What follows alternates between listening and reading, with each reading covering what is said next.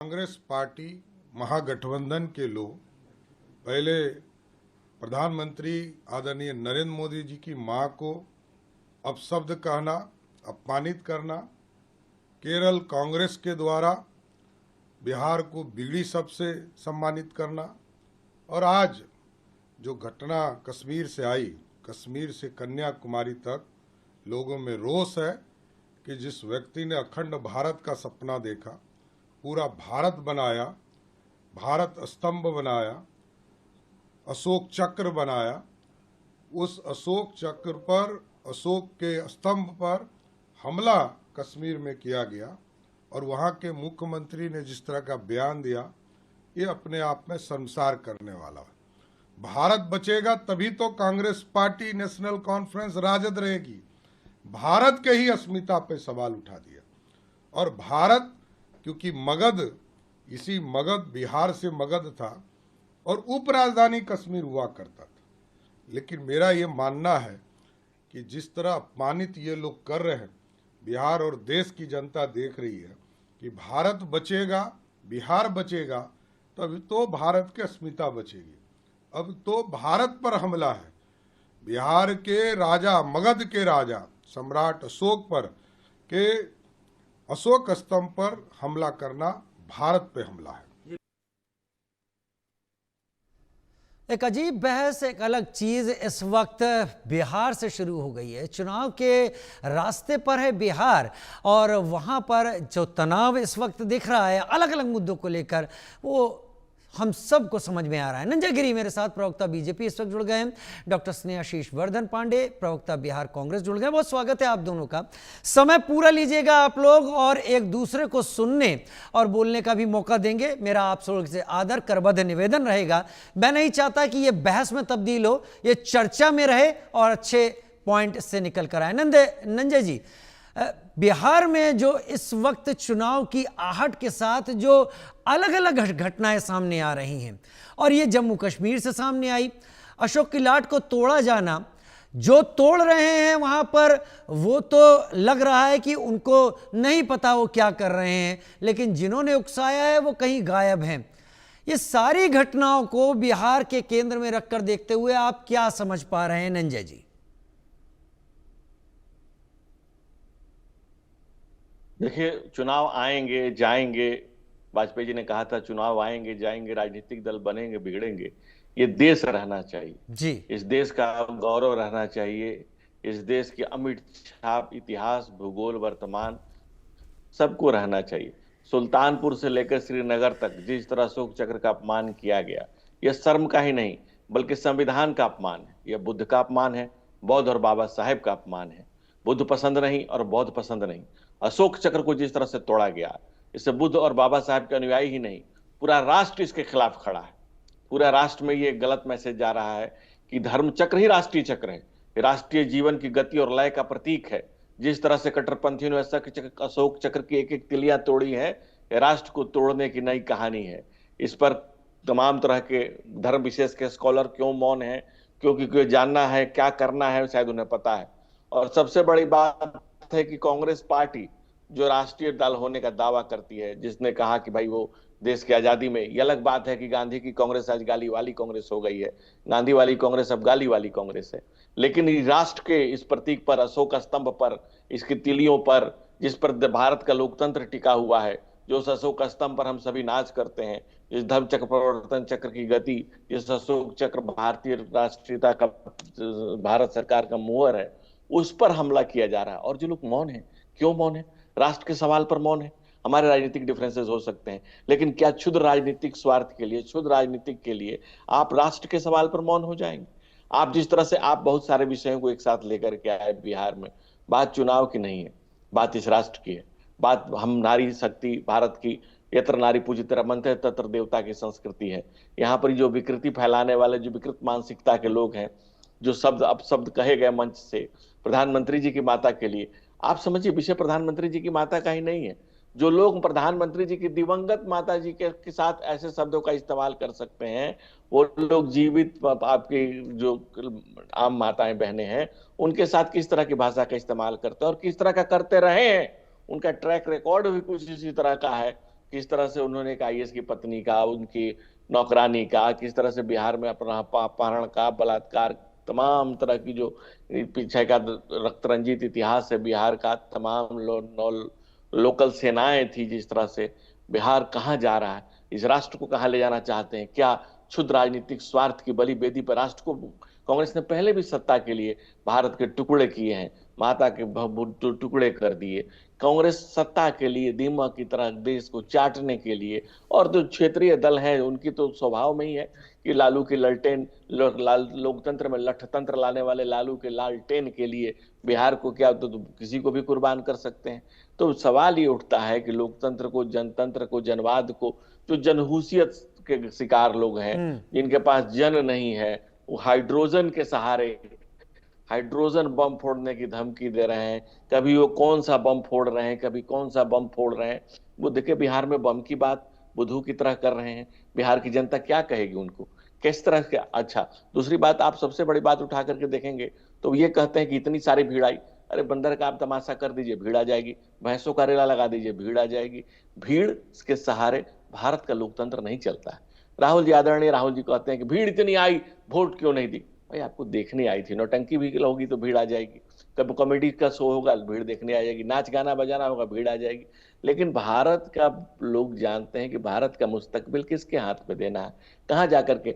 लेकिन भीड़ को, भाड़े की भीड़ को जो लोग समझ रहे हैं कि उसके भरोसे लोकतंत्र को चलाना चाहते हैं, और जब वो भीड़ लेकर के चलते हैं तो किसी को धक्का दे देते हैं, राष्ट्रीय ध्वज का अपमान करते हैं, लोग गिर रहे हैं, कई मोटरसाइकिल चोरी हो रही है, और पकड़ के ले आते हैं। किसी रंजू देवी को पकड़ के ले आए कि भाई इनका नाम कट गया है, दूसरे दिन वो कहती है कि हमको झूठ बताया गया था, मेरा नाम नहीं कटा है। तो ये जो नौटंकी आप कर रहे हैं, जिस तरह की आप घटनाएं कर रहे हैं, और सबसे बड़ी बात आप कहेंगे तो जो राष्ट्रीय चक्र का अपमान हो रहा है, धम्म चक्र, राष्ट्रीय चक्र का अपमान होता है, ये राष्ट्रीय जीवन की गति। चलिए, आपका वर्जन हमने, आपका वर्जन स्पष्ट तरीके से जनता तक पहुंचा दिया, बर्दाश्त स्पष्ट तरीके से जनता ने सुन भी लिया। आपने किन किन मुद्दों पर बात कही, ये बात मैं भी व्यक्तिगत तौर पर मानूंगा कि देश का जो प्रतीक है, जो देश को कलेक्टिवली रिप्रेजेंट करता है, उसके अपमान पर किसी का भी चुप रहना, चाहे वो कोई भी कर रहा हो, किसी के बहकावे में कर रहा हो, ठीक नहीं है। लेकिन बाकी चीजें राजनीतिक दायरे में आती हैं, जो चुनाव के वक्त हर कोई अपने हिसाब से जनता के सामने ले जाता है। डॉक्टर स्नेहाशीष वर्धन पांडे मेरे साथ इस वक्त जुड़े हुए हैं। डॉक्टर स्नेहाशीष, आपने अभी सुना धनंजय गिरी जी को, वो जो भी कह रहे थे अपनी पार्टी का पक्ष रख रहे थे, और बाकी क्योंकि चुनाव है तो उन्होंने आपकी यात्रा के ऊपर भी सवाल इस वक्त उठाए। मैं दूसरी चीज भी आपसे पूछना चाहूंगा, पहले मेरे सवाल का जवाब दें, फिर अगर काउंटर करना चाहे तो जरूर करें, वो आपको सुनेंगे जैसे आपने उनको सुना। मेरा सवाल सिर्फ यहां पर इतना है, हम जो बिहार में अभी देख रहे हैं, प्रधानमंत्री की दिवंगत माता जी के लिए किसी ने भी किया हो, क्यों किया, उस पर लगातार ये कहा जाता रहा कि क्षमा याचना की जाए। खैर वो राजनीतिक कंपल्शन होते हैं, लेकिन आज एक और शख्स ने उसी तरीके से बिहार के पूर्व उप मुख्यमंत्री पत्नी के लिए अभद्र भाषा का इस्तेमाल किया है और बहुत गंदा है। महिलाओं को क्यों इस तरीके से मुद्दों के घेरे में लाकर लोग अपना राजनीतिक पल्लू सीधा कर रहे हैं? क्या बहुत गिरावट नहीं आ रही है स्नेहाशीष जी? पहले मेरे सवाल का, फिर उनका रिबट करना चाहे जरूर करें। देखिए, महिलाओं को लेकर जिस तरीके से अपशब्दों का राजनीति में इस्तेमाल हो रहा है वो कहीं से भी क्षम्य नहीं है। ये पूरी तरीके से निंदनीय है और इसकी जितनी भी तीव्र भर्त्सना की जाए, जितनी भी निंदा की जाए वो कम है। लेकिन इस देश में इस बात को उठाना जरूरी है कि ये सब चला कैसे। याद है इंदिरा गांधी जी के लिए अपमान का शब्द भारतीय जनता पार्टी के उस वक्त के जनसंघ के नेता यूज करते थे, इस्तेमाल करते थे, और उसके बाद कालांतर में भारतीय जनता पार्टी के नेता सोनिया गांधी जी के लिए भी इस्तेमाल करने लगे। और जब देश के सर्वोच्च पद पर बैठे हुए एक व्यक्ति, जो इस देश के सर्वोच्च, जो कहा जाता है कि लोकतांत्रिक पद है, उसमें बैठे हुए प्रधानमंत्री महोदय जब इस तरीके की भाषणों का और भाषाओं का इस्तेमाल अपने पब्लिक स्पीकिंग्स में करते हैं, तो ये चीज समझ में आती है कि राजनीति में डिटोरिएशन कहां से शुरू हुआ है। किसी भी तरह के, किसी भी महिला के, जीवित, मृत या गैर राजनीतिक या राजनीतिक, उसके बारे में अपशब्द कहना कहीं से भी स्वस्थ लोकतंत्र में उसके लिए स्थान नहीं है। लेकिन बावजूद इसके इस तरीके की बातें इस्तेमाल हो रही हैं।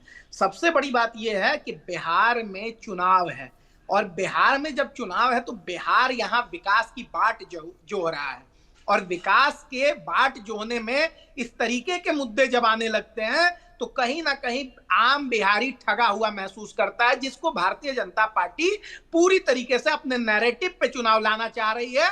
जबकि हम लोग, इंडिया गठबंधन के लोग आज भी मुद्दे पे हैं कि दवाई, सिंचाई और रोजगार की बात कर रहे हैं, पढ़ाई की बात कर रहे हैं, युवाओं को उनके हक की बात कर रहे हैं, समाज के अंतिम पायदान पर बैठे हुए लोगों को उनके मुख्य धारा में जोड़ने की बात हम लोग कर रहे हैं। हम लोग चुनाव इस मुद्दे पर लड़ रहे हैं। तात्कालिक मुद्दा जरूर था वोट चोरी, लेकिन इस चीज को भी समझना है कि जब लोकतंत्र में मताधिकार को ही छीन लिया जाएगा, election commission Bharatiya Janata party के इशारे पर छीनने का काम करेगी एसआईआर के नाम पर, तो लोकतंत्र की स्थापना कैसे हो पाएगी, स्वस्थ लोकतंत्र कैसे पनप पाएगा इस देश में। तो हम लोगों के मुद्दों की लड़ाई को कौन यहाँ पे लेते आया, इस चीज को समझने की जरूरत है। जिस मंच पर ना राहुल जी थे, ना तेजस्वी जी थे, ना कोई प्रमुख नेता थे, जिस मंच पर ये नहीं, अभी तक पुलिस के गिरफ्तार है वो शख्स, लेकिन अब तक ये नहीं आ पाया कि आखिर वो किस पार्टी का सदस्य है, तो इस मामले में कौन माफी मांगे। अगर हमारा सदस्य होता तो हम माफी मांगते। हम अभी भी कह रहे हैं कि ऐसे चीजों का निंदा होना चाहिए, लेकिन बिहार का चुनाव आज भी उन्हीं मुद्दों पे खड़ा है कि बिहार में चुनावी भाषण और गुजरात को राशन, इस तरीके की चीजें नहीं चलेंगी। बिहार का आम आदमी चाहता है कि एनआईआरएफ की जब रैंकिंग आए तो बिहार के विश्वविद्यालय भी टॉप 100 में रहे, ये आम बिहारी चाहता है। आम बिहारी चाहता है कि विश्वविद्यालयों में व्याप्त जो भ्रष्टाचार है उसको खत्म किया जाए। आम बिहारी चाहता है कि समय पर एग्जाम हो, पेपर लीक ना हो, समय पे हमें यूरिया मिले, समय पे हमें खाद्य मिले, समय पे हमें अनाज मिले, अनाज का उचित दाम मिले। आम बिहारी आज भी इन्हीं मुद्दों के साथ चुनावी मुद्दों को लेके लड़ रहा है। लेकिन किन मुद्दों पे लेके आ रहे हैं लोग? आज भी राजवल्लभ यादव, जितना गंदा शब्द का इस्तेमाल उस व्यक्ति ने किया वो अक्षम्य है, और उसको भारतीय जनता पार्टी बचा रही है। आप भी बंद के नाम पे देखते होंगे कि किस तरीके से मां बहन की गालियां दी गई। शिक्षक दिवस से एक दिन पहले शिक्षिका को किस तरीके से बाल पकड़ के खींचा गया, और तो और उसको 5 सितंबर को एक लेटर भी शो कॉज कर दिया गया विभाग के द्वारा कि क्यों आपने आंदोलनकारियों को अपशब्द कहा, जबकि सबने देखा है कि किस तरीके से गरीब साइकिल वाले को धक्का मारा जा रहा था, कैसे जो गर्भवती महिलाएं थी उनको अस्पताल जाने से रोका जा रहा था। ये तमाम चीजें हुई और इन चीजों के बाद किसी भी तरीके से ये आप नहीं कह सकते हैं कि भारतीय जनता पार्टी कभी भी बिहार के विकास की बात करती है, जबकि सबको मालूम है कि इनका नैरेटिव पूरी तरीके से बिहार के खिलाफ रहा है और अब भी बिहार की खिलाफत गुजरात से आए हुए दो व्यक्तियों के इशारे पे बिहार के लोग कर रहे हैं। धनंजय गिरी जी को भी समझना चाहिए, वो भी बिहारी हैं, जितना मैं बिहारी हूं उतना वो भी बिहारी हैं। वो अलग बात है कि उनकी गुजरात से आए हुए दो व्यक्ति कौन है? इसलिए गुजरात से आए दो व्यक्ति आपने कहा कौन है? आना चाहिए साथ। नहीं, कौन है वो दो व्यक्ति गुजरात से आए?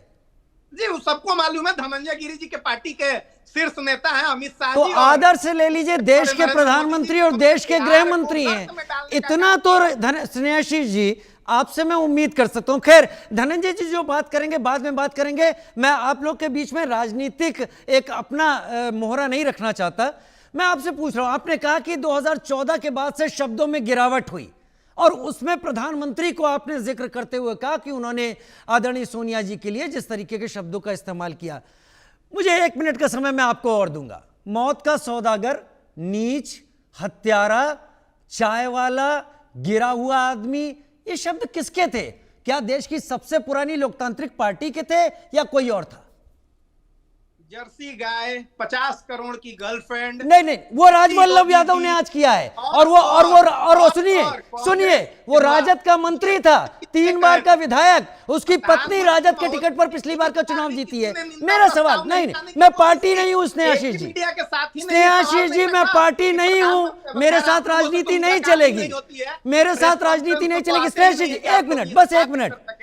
स्नेहाशीष सर 1 मिनट बस। आपने कहा 2014 के बाद प्रधानमंत्री ने ऐसे नहीं, आपने कहा मेरी रिकॉर्डिंग में है। मुझे ये बताइए, मौत का सौदागर किसने कहा था? वो सम्मानित शब्द था।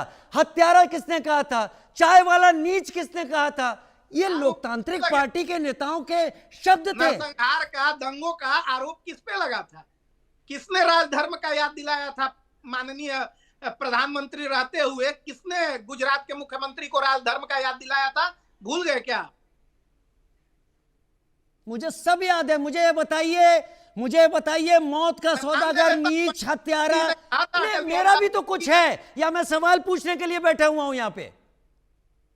आप लोग अपने हिसाब से जवाब देंगे, नहीं चलेगा। धनंजय जी आप मुझे बताइए, धनंजय जी आपकी सरकार है, प्रधानमंत्री की मां के लिए अपशब्द हुए, वो आदमी गिरफ्तार हो गया, जेल में है। राजवल्लभ यादव का क्या होगा? क्यों अभी तक गिरफ्तारी नहीं हुई? क्यों आप लोग इस मुद्दे को ढील दे रहे हैं? राजीव जी, मैंने जितना ध्यान से सुना, मैं किसी के बीच में नहीं बोलता हूं और यही अपेक्षा औरों से भी रखता हूं। गुजरात से कुछ समस्या है हमारे को पैनलिस्ट को। महात्मा गांधी शायद गुजरात से ही थे। गांधी की कांग्रेस, आजगाली वाली कांग्रेस जो हो गई है, शायद बापू गुजरात से ही आए थे। ये शायद जानकारी, जिस बापू के नाम पर, जिस गांधी का टाइटल लेकर के घूम रहे हैं, वो बापू गुजरात से ही आए थे। जिस सरदार वल्लभ भाई पटेल ने 356 स्टेट्स को जोड़ा, वो शायद गुजरात से ही आए थे। आप गुजरात से क्या समस्या है आपको? भारत के किसी भी विभाग से आपको क्या दिक्कत है, क्या परेशानी है? कांग्रेस को ये बांटने की राजनीति करना, जात के नाम पर बांटना, धर्म के नाम पर बांटना, उत्तर दक्षिण को बांटना, पूरब पश्चिम को बांटना और एक परिवार के द्वारा दीमक की तरह इस देश को चाटना। भारत नहीं, दुनिया के लोग किसी भी लोकतांत्रिक देश में 5 पीढ़ियों से एक पार्टी किसी परिवार के कब्जे में हो तो किसी भी स्वतंत्र चेतना का व्यक्ति उस पार्टी का कार्यकर्ता नहीं हो सकता। अगर 90 चुनाव राहुल गांधी हारे हैं, राजीव जी मैं दावे से कहता हूं कि आपके 90-100 फेल हो जाए तो आपको शायद कोई चैनल में जगह न मिले। 90 बार में इससे गलती हो जाए तो 90 बार तक गलती होने का मौका ही नहीं मिलेगा, एक गलती पे कोई माफ नहीं करेगा। लेकिन राहुल गांधी 90 गलती करेंगे और 100वें की तैयारी रहेगी, लेकिन उनका झोला, उनकी पालकी लेकर के जो लोग, मरी हुई चेतना के जो कार्यकर्ता हैं, जिनकी आत्मा मर चुकी है, जो राजनीतिक कार्यकर्ता कहलाने के लायक भी नहीं बचे हैं, वो लोग लेकर के राहुल गांधी को जन नायक कर्पूरी ठाकुर का उपाधि को लेकर के उनको दे रहे हैं। जो लोग शायद महानायक कहेंगे 100 चुनाव हारने के बाद, इस तरह का 100 चुनाव हार के राहुल गांधी चले महानायक होने, ये नारा लगाएंगे। इस तरह की सोच। और जो विकास की अगर आप बात करते हैं, तो विकास के सचिन भाई, राजू भाई, में एक मिनट, विकास किस पैमाने पर बात, ये बीजेपी हो या चाहे जो, मेरे सवाल पर आइए। मैं चाहता हूं कि आप लोग उस दाग को धो सकते हैं। राजवल्लभ यादव की गिरफ्तारी होगी क्या? बहुत अभद्र शब्द है, मैं ले भी नहीं सकता। राजीव भाई, मैं पूरी बात पे आ जाता हूं, फिर आपकी सवाल का जवाब देता हूं। पहले सवाल, 13 साल लास्ट के कांग्रेस की जब 13 साल रहे, मात्र 13 साल में 13 मुख्यमंत्री बनाए, और बजट कितना का था? 13,135 करोड़ का। और उसके बाद 15 साल जब लोग लालटेन में तेल डालते रहे, तो बजट कितना का था? 23,165 करोड़ का। आज हम लोगों ने 20 साल में कहां लेकर आए?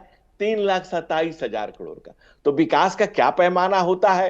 या फिर हम तेजस्वी जी की तरह तो हम इतने पढ़े लिखे नहीं है। होती अगर शिक्षा की सदीक्षा तो पास करते तेज प्रताप और तेजस्वी मैट्रिक की परीक्षा, लेकिन ऐसा तो हो नहीं सका। इसलिए शायद ये पता नहीं है कि 23,000 करोड़ बड़ा है, आखिर 13,000 करोड़ बड़ा है, आखिर 3,27,000 करोड़ बड़ा है। लेकिन मुझे पता है कि कांग्रेस के प्रवक्ता पढ़े लिखे हैं, तो उनको इतना पता होगा, और उनको नीतीश कुमार जी की नीतियों के सामने नतमस्तक होकर के सपोर्ट करना चाहिए एनडीए को, कि भाई 3,27,000 करोड़ पर लाने वाला बजट बिहार का मुख्यमंत्री विकास की रफ्तार दे रहा। और शिक्षा की बात कर रहे थे, 47% शिक्षा का आपके समय था, हम लोगों ने 87% पर लाके खड़ा किया। 3,000 फैक्ट्रियां बिहार में आज रन कर रही हैं। आप विकास के किस पैमाने पर बात करना चाहते हैं?